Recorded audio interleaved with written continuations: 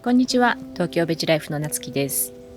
今日は長野の山の中で暮らす私が考えるサステイナブルな生活についてシェアしていきます。最近は家の外で家庭菜園をしている畑で朝時間を過ごすのが日課になっています。実際にはまだまだそこまで収穫できるものがあるわけではないのですが、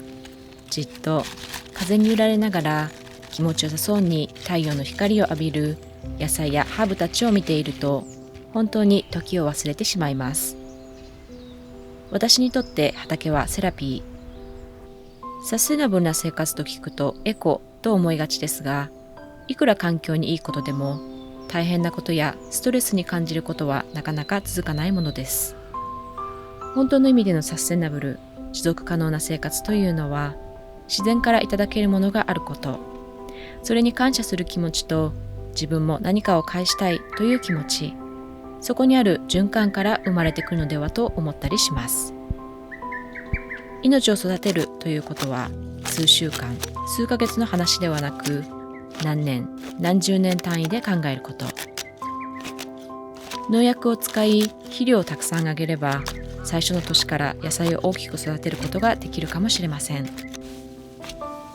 でもその過程の中で微生物がいない土になり、虫たちが寄りつかない畑になれば、いずれは痩せ細った何も育たない土地になるでしょう。育てる野菜ではなく、自然に育ててもらう野菜。試行錯誤ですが、そんな畑作りを目指しています。今の時期、午後になるとざっと降り出す雨。雨水は収穫して、畑で使ったり、生活の中で家の掃除や洗濯、お皿の下洗いにも使えます。コンポストの液肥をその水で薄めれば植物の肥料にもなりますし、トイレや排水溝に流せば微生物たちがパイプのお掃除をしてくれます。野菜くずはこれから畑にしようと思っている土に埋めていくのですが、穴を掘るのは結構重労働で頻繁にはできないため、一旦野菜くずを室内の容器に入れて溜めて一時発酵させています。これらは水を無駄にしない、生ゴミを出さないといったことはもちろんあるのですが、本当であればそのまま排水溝に流れていく雨水や生ゴミとして捨てられる野菜くずを野菜作りや生活の中で使うことで、捨てられるものが新しいものに生まれ変わり、生活を豊かにしてくれる。そしてその新しく生まれたものが自分で作った野菜であれば、食べ物としていただいた後、切り落とした部分などが発酵され、土に帰っていくといった循環を生み出します。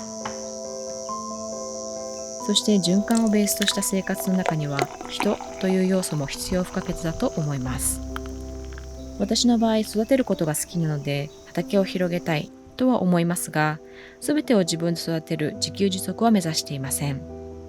当然その土地、気候に合った作物があり、一人で何でも育てようとするのはある意味効率が悪いですし、何より誰にも頼らない生活をしたいとは思っていないからです。地域、近所の中で野菜を育てている方から自分が育てていない野菜や収穫できていない野菜を購入すると、コミュニティの一員としての生活ができます。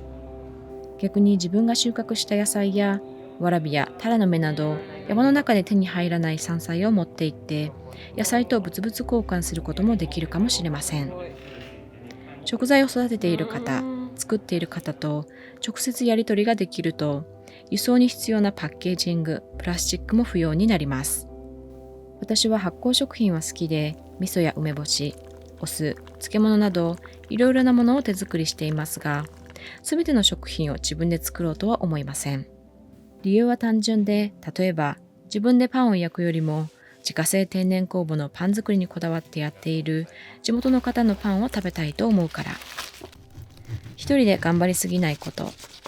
地域の人に頼りながらうまく物やお金、ポジティブなエネルギーさえも循環する仕組みを生活の中で作っていくことが、私の考えるサステナブルな生活の形です。今日もご視聴ありがとうございました。See you next time!